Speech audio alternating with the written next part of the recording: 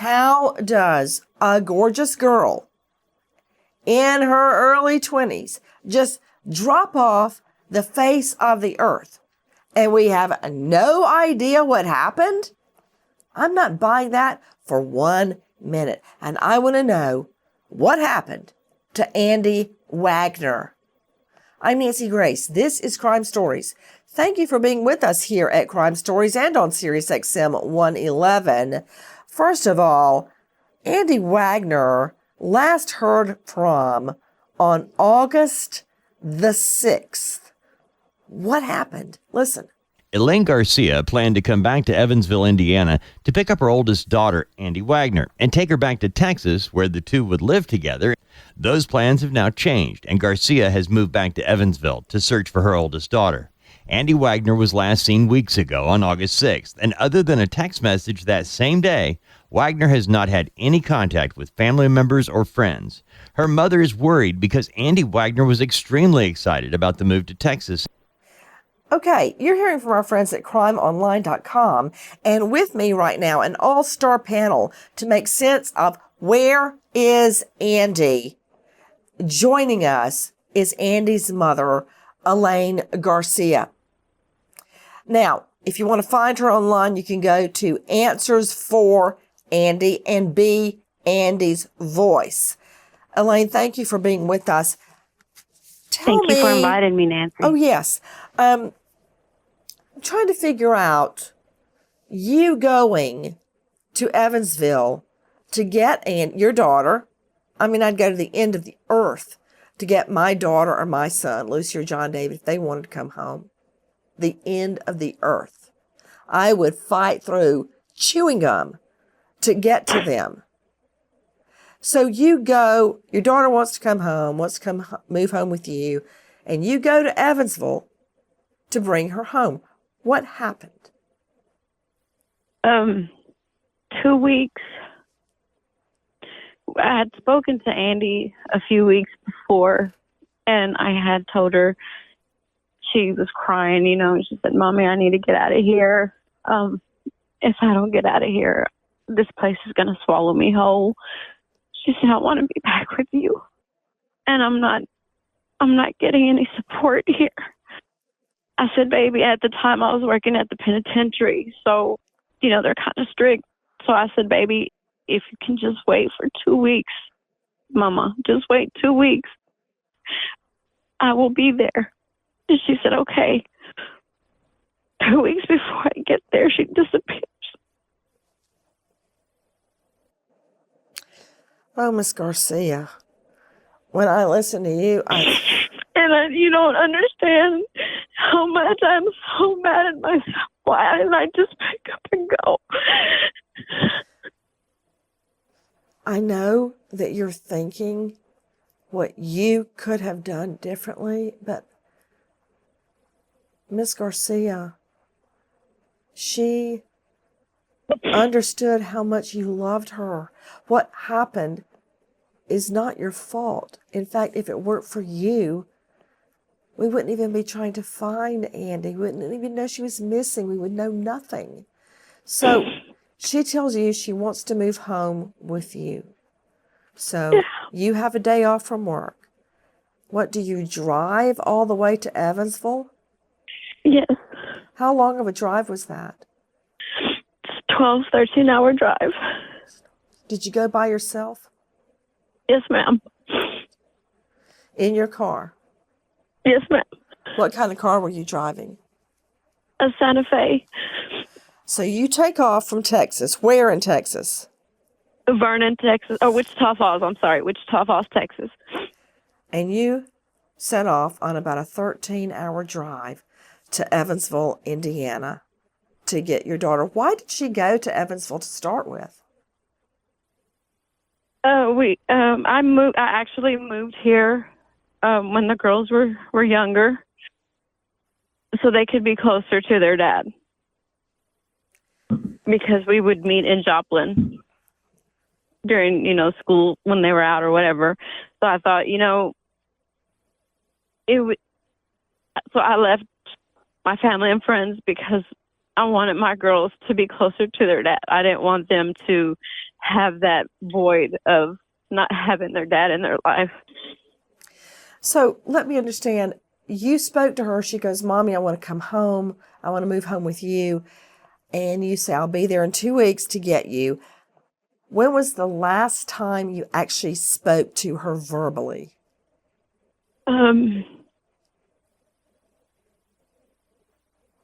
It might have been 2-3 weeks before She had called me. Okay, let me understand. She goes missing August 6th. So you're saying 2 weeks before that you spoke to her. Did she know you were on your way? Yes, she knew. How did she know? Well, no, she didn't know I was on my way. She knew that I was going to be there in 2 weeks. Okay, I understand. So you tell her, this is the day I'm coming. Okay, when you get to Evansville, what, if anything, do you find? Nothing. I didn't know she was missing until her little sister posted it on Facebook. So, Miss Garcia, you travel across the country and you are to pick Andi up where? From her grandparents' house. Do you go to the grandparents' house? Yes. When you get there, what facts do you learn? That she had been gone, that they hadn't heard from her in like 2 weeks. So almost immediately after you speak with her and tell her you're going to come get her at her request, that's basically the last time she's heard from? From me, yes. What about the grandparents? Did they hear from her after that? Not after the 6th, no. How about her sister? Did she hear from Andi after the 6th? No. Joining me right now, in addition to Andi Wagner's mom, Elane Garcia, is Steve Melling, joining us out of Evansville, Indiana, reporter 14 News in Evansville, the NBC affiliate. Steve Melling, thank you so much for being with us. Thanks for having me, Nancy. So, Elane travels across the country. She gets all the way there, and no one has seen or heard from Andi since August 6th. It's reported to police. What happens then, Steve Melling? So when people go missing, obviously, police file the report. They follow up on tips and leads. You know, something that we typically see in this area, especially with missing people, sometimes they tend to pop back up, you know, maybe a couple days after the fact. So initially, Evansville police may send out something on social media letting people know that this person is missing, this is who they're looking for. With Andi, that seemed to happen, but we didn't ever, you know, that post was never taken down, or there was never an update that said, hey, she's been found. And from there, you know, they obviously launched an investigation into her disappearance. And they, you know, last update from them, when I last spoke with them on October 12th, they said that the investigation is still active. So, you know, over a year of her missing, and they're still, according to Evansville police, they're still talking with her mom to try to look at any new leads, but they haven't turned up any new developments. Take a listen to this. 2 weeks before her mother is to arrive in Indiana to take her back to Texas, Andi Wagner goes to her grandparents' house and packs a bag. Andi Wagner is only at the house for about 10 minutes, then leaves with a packed bag. Later that day, she texts her family. Andi often stays with friends in surrounding areas, including the Oakland City area. But she always answers her phone. So when her sister Alex Wagner and her mother Elane Garcia try for several days to reach her by phone and fail, they reach out to the Evansville Police Department and file a missing person report on August 12th. You know, interesting. There is a thing called routine evidence. And by routine evidence, I don't mean typical evidence or run-of-the-mill evidence. I mean evidence of routine. For instance, if I didn't show up to this studio and sit down with a full knowledge of the facts as we know them now, that would be extremely uncharacteristic. It would be out of my routine. When every morning you get up and you turn on the coffee maker, that's your routine. The fact that she suddenly quit returning texts and phone calls is very, very significant. And joining me is Alan Bennett from Texas, former felony prosecutor, now partner at Gunter, Bennett, and Anthus. Alan, thank you for being with us. Weigh in on what you've heard so far. So she comes to the grandparents' house where she lives. She packs a quick, overnight bag. She leaves. Everyone fully expects her to come right back. They believe she's going to visit a friend, waiting on her mom to come get her. And she's never seen or heard from again, and quits returning texts. Well, Nancy, thank you again for having me on your show. Always appreciate the opportunity to be here. Thank you also for continuing to keep this case in the national spotlight where it deserves to be. One thing I think should be clear to your podcast listeners, when we keep saying August 6th, we're talking about August 6th of 2022, a year and 3 months ago, if I'm not mistaken. Yes. Secondly, Ms. Garcia, God bless you and your family, and I hope we continue to keep them in our prayers and thoughts and wait for a speedy return of Andi. Thank you. Well, it was just mentioned a moment ago. I can't speak specifically to law enforcement in your jurisdiction or the operation of the FBI in this case, and I can speak generally to how law enforcement and the FBI do things in situations like this. Nancy, you know probably better than anyone from your career in a criminal investigation. The first 48 hours of the investigation is the crucial point of following leads, chasing down leads, and typically in a missing person situation here in Austin, here in Texas, for example, law enforcement won't even take a missing persons case for 72 hours. They'll do a welfare check. They'll go knock on the door, but they won't formally initiate a missing persons report until 72 hours are gone by. And of course, at that point, you've already lost the first 48 hours, the most crucial time period during a criminal investigation. And that is an inherent problem in a setting, in a situation I think you're like right. this. I think you're entirely right. You're hearing Alan Bennett joining us out of Austin. To Brian Fitzgibbons joining us. Brian Fitzgibbons, Director of Operation USPA Nationwide Security, leads his team of investigators specializing in finding missing people. And just so you know, former Marine and Iraqi war vet. Brian, thank you for being with us. So I think Alan Bennett, former felony prosecutor, is correct. Those first 48 hours are so critical. Explain why, Brian. Absolutely, Nancy. And Alan, you really hit the nail on the head there. We lose so much information as time transpires here. And I have to really, Elane, I have to applaud you for the amount of work that you've done to intake tips, intake leads, and process this information. It's a tremendous amount of information that comes in to the family during a missing persons case. And as Alan mentioned, now we're over a year into this, and we've got a picture from these tipsters of, you know, where, who, why, what was transpiring on the 6th. We've got a picture beginning to be painted, but there are obviously a lot of gaps that need to be followed up by law enforcement. So the first 48, I mean, they've even created a TV program about it. It's so critical because why? In a nutshell, Brian. In a nutshell, that's where you're going to get your best information, your most relevant and active information that can be followed up upon right away. So when this reporting, when that time goes by, 72 hours, 96 hours, we're losing opportunities to follow up on these immediate leads.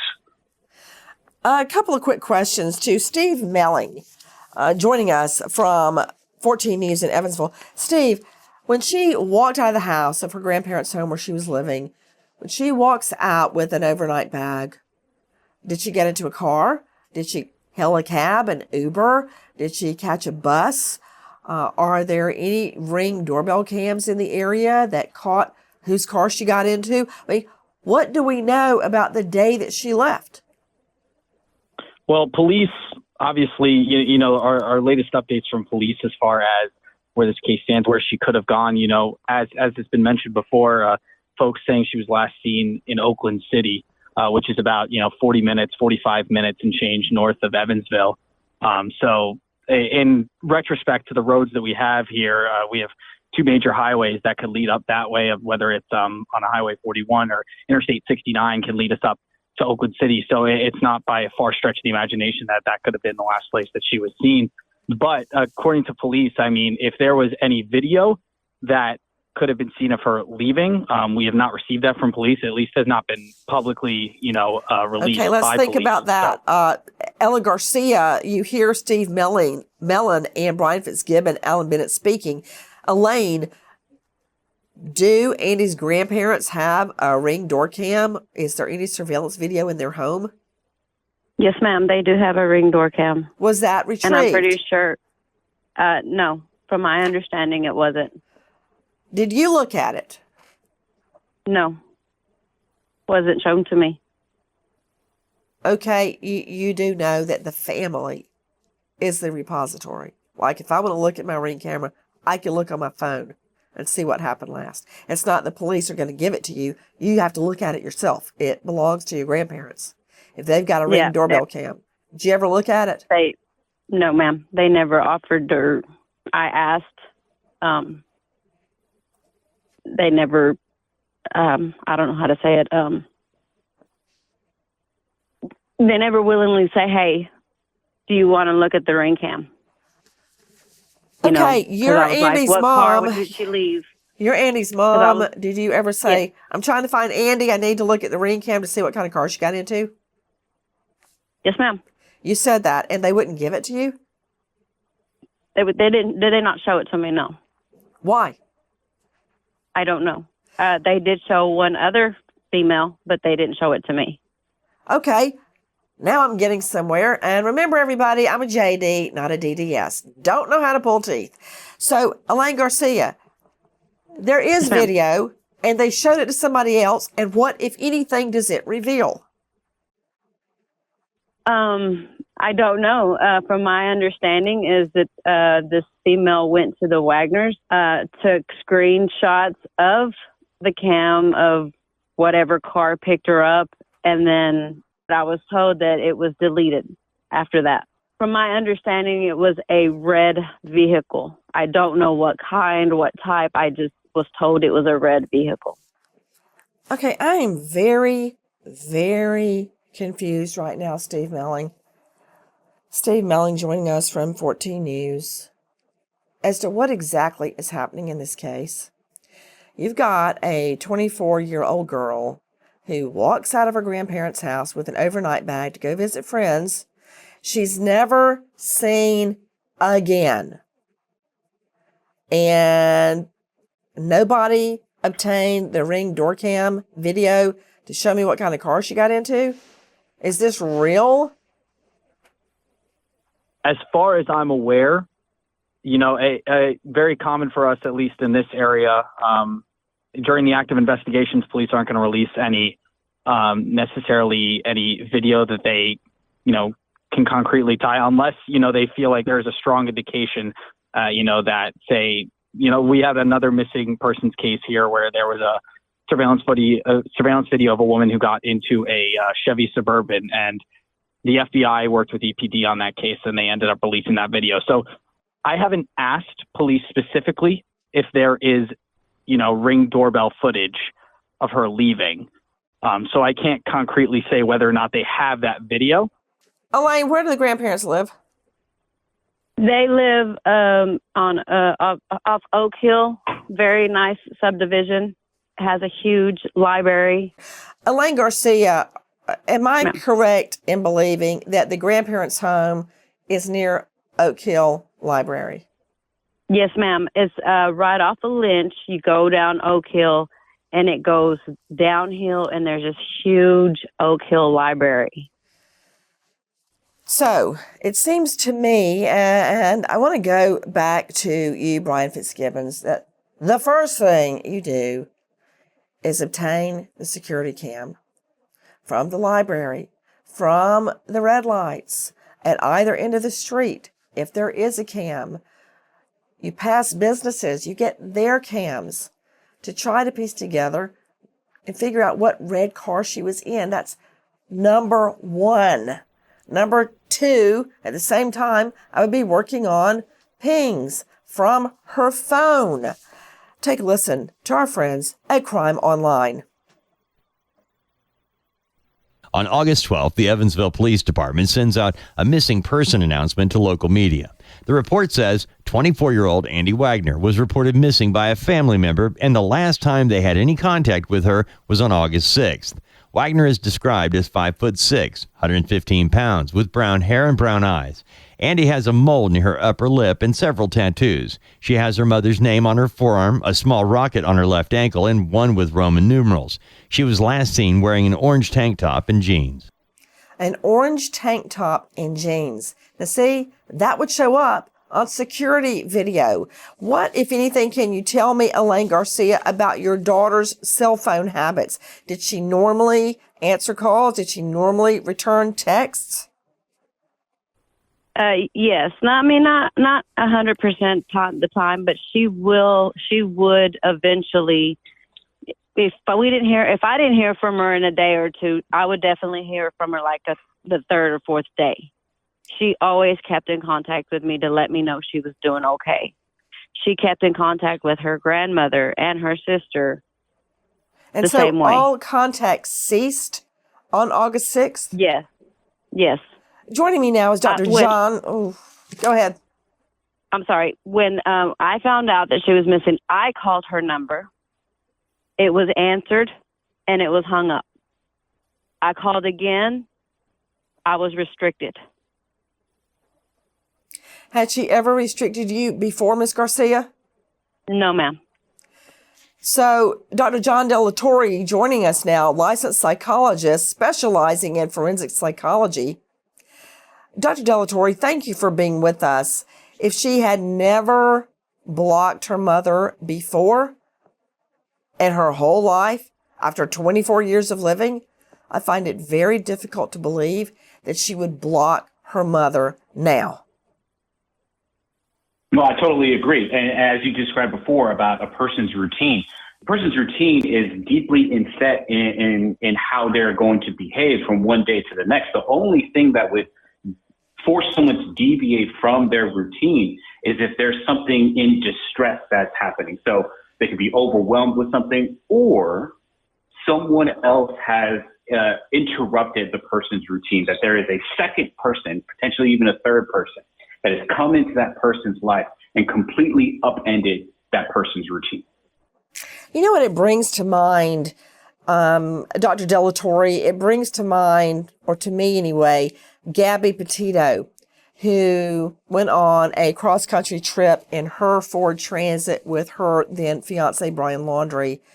And after he had murdered her, he came back using her credit card, using her Ford Transit, and he had her phone, and he had access and control over her phone, and he would text her family, accept or deny phone calls from her family, pretending to be her.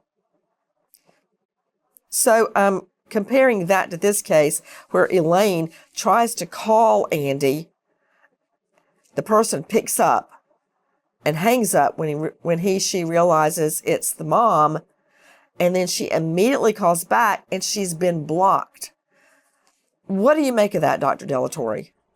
Yeah, with Laundrie, this is someone who wants to make sure that that crime stays unheard of, right? It remains hidden. A behavior like this could signify that the person recognizes that the phone could be used to mark wherever it is that it's being held at. So they answer it to see if something is going on, but then immediately shut it down. Right. So it's certainly possible that the person is just simply trying to eliminate contact at all. Elane, in your whole history with your daughter, Andi, who's just, by the way, beautiful young girl, had she ever blocked you before? You're saying no, correct? No, she's never blocked me. No matter how mad or any arguments that we had, she would never block me. And question, had she ever gone this long before and stay out of contact with you and her family ever? Absolutely not. Especially, and I'm not trying to make anybody else look or make myself look bad, especially with me. Andi reached out to me every time she needed help, every time she felt like she was about to be in trouble. She reached out to me. Our thing when I was raising them was open communication. I said to them, if you do something or something happens, I may get mad, but I'm going to get over it and we're going to get through it together. Joining me right now is one of the founders of Brothers Underwater Recovery, a search and rescue dive team, also searches on land, who has been helping in the search for Andi. And you can find them online at Brothers Underwater Recovery. Ronnie, thank you for being with us. Tell me about your efforts trying to find this beautiful young girl, Andi. Thank you, Miss Nancy, for having us. We have searched a lot of the strip pits and things. We've had some information come in to myself and Miss Garcia that, there may be a boat involved in this case. So we do a lot of land searching, but mainly we do waterways with sonar technology. And that's what we're focused on mainly. At this point, there's over 300 strip pits in that area, and we're just trying to eliminate them all. You know what's interesting in this case, or so many things, that she could just drop off the map, and there seemingly has been no real searches for her. We tried to contact police. I find that very, very unusual. I mean, I think or thought we were all on the same team trying to find Andi. And as a matter of fact, Miss Garcia, I recently did a crime alert about Andi's disappearance. Shortly after that crime alert, you had a meeting with law enforcement in which they basically scolded you for speaking about the case publicly. Is that true? Yes, ma'am. Why? Why do they not want you to bring attention to Andi's case? I don't know, Miss Nancy. Guys, I honestly do not know. I'm trying to make sense of what we know right now. We have a little more information. Take a listen to this. After moving to Evansville from Texas to help find her daughter, Elane Garcia and others organized a Facebook group, Where is Andi?, to raise awareness about the case and help coordinate grassroots efforts to locate Wagner. Garcia has also spoke to the local media outlets about her ongoing efforts to find her daughter. Police believe Andi Wagner was last seen in Oakland City, Indiana. Okay, explain that to me. Steve Melling joining us from 14 News. So she's not last seen in Evansville. Now I understand she's last seen in Oakland City, about 40 minutes away. Yeah, last I've heard from Evansville police, the last update regarding, where her whereabouts could be was that police believe that she was last seen up in Oakland City, which is about 45 minutes north of Evansville, up in Gibson County, which is a county above Vanderburgh, right at the highway. Now, when do we believe that sighting was? I don't believe that they gave us a specific date on that disappearance, but I believe it was pretty recent to August 6th. I believe it was either August 6th or August 7th. They believe they saw her last. Elane Garcia, Andi Wagner's mom, tell me about the sighting of her in Oakland City, 40 minutes south of Evansville. So I was given a tip that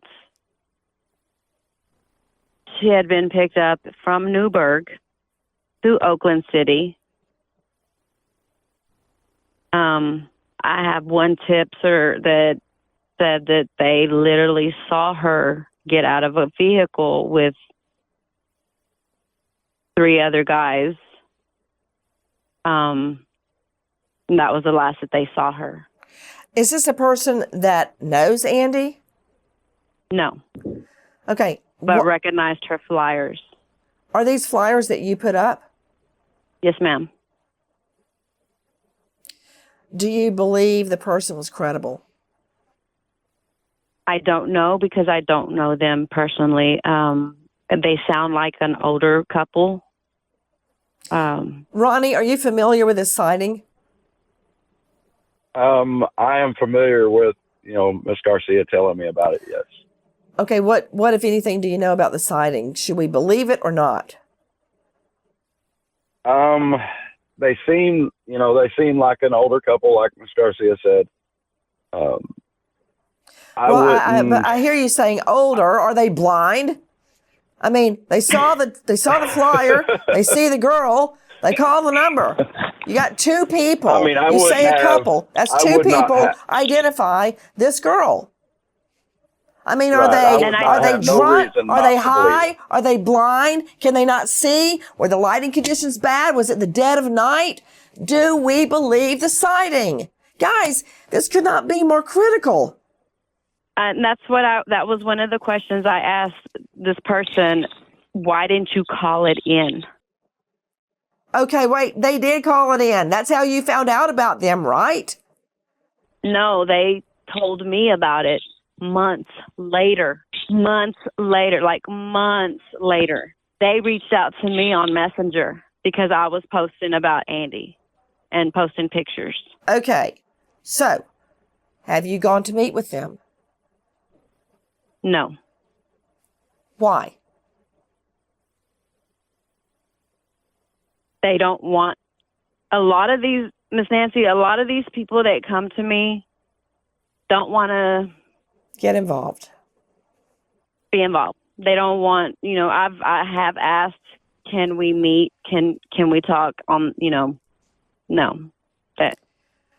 So it's not from your lack of trying. Alan Bennett joining me, former prosecutor, now partner at Gunter, Bennett and Anthus.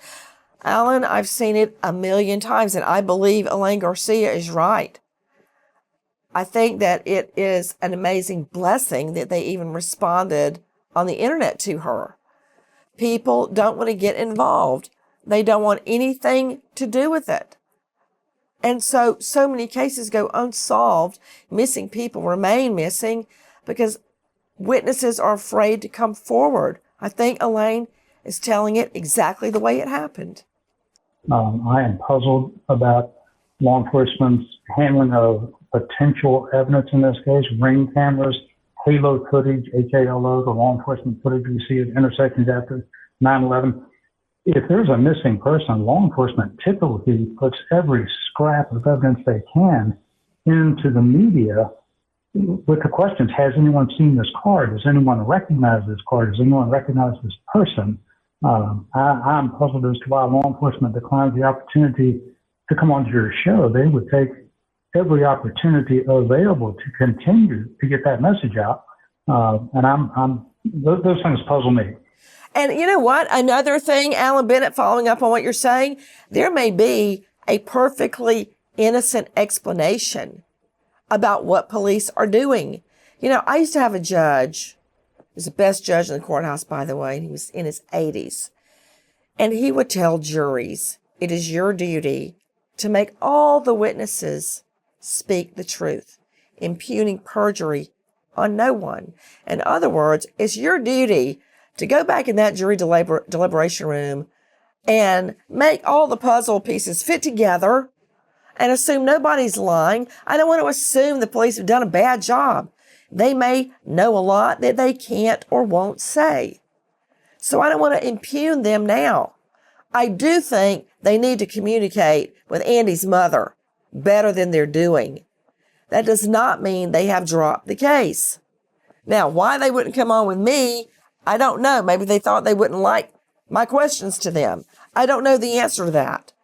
But I do know this. There is a credible sighting by not one, but two people out of Oakland City, Indiana. So we may have an issue of crossing state lines. And if we cross state lines, that's a perfect opportunity for the FBI to get involved. Steve Melling, is the FBI involved? Last we checked, I believe this is just a strictly Evansville police case. How far is Kentucky from Oakland City? I'd say probably about 50 minutes to an hour. Where is Newburgh in that case?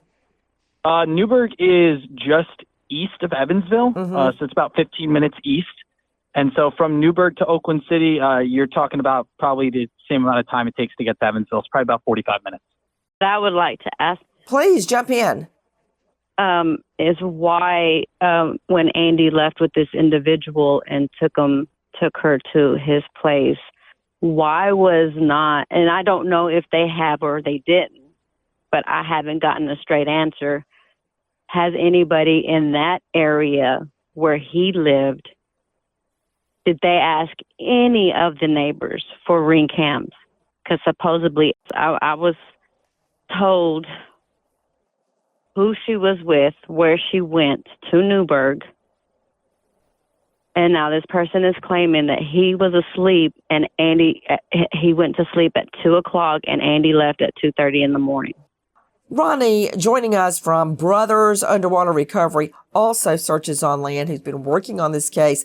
What can you tell me about a tip that Andy was taken by a guy to his place, and now that guy, who I'm not going to name, is claiming he was asleep and that she left? Okay, what can you tell me about that? So supposedly she was picked up from the grandparents and took to Newburgh. This was a guy that she was supposedly seeing, which I do believe actually also has a girlfriend or a wife. And anyway, she was staying there with him. And this guy supposedly went to sleep at 2:00 in the morning, and then Andy went to leave at 2:30. But if he was asleep, how could he know that she left at 2:30? And if I'm not mistaken, Miss Garcia, isn't this the same residence that somebody's seen Andy outside the residence and a couple of guys grabbed her, took her back in the house? Yes. Right there is where this case needs to be, in Newburgh. Now you've got more than one witness placing her at this apartment with this guy that we believe to be married. And the last thing he wants is for it to get out that he's seeing this young 24-year-old girl. Yeah, I don't think his wife would take kindly to that. So let me ask you, Brian Fitzgibbons, Director of Operations at USPA Nationwide Security, that's where the investigation needs to be. We've got multiple sightings of her in this area and maybe even at this apartment. You're absolutely right, Nancy. And having had a chance to go over some of these tips with both Ronnie and Elane prior to the show, I can tell you that there's something to the pattern and the volume of tips around this crew of people that surround that Newburgh apartment. That, you know, some of these tips are anonymous.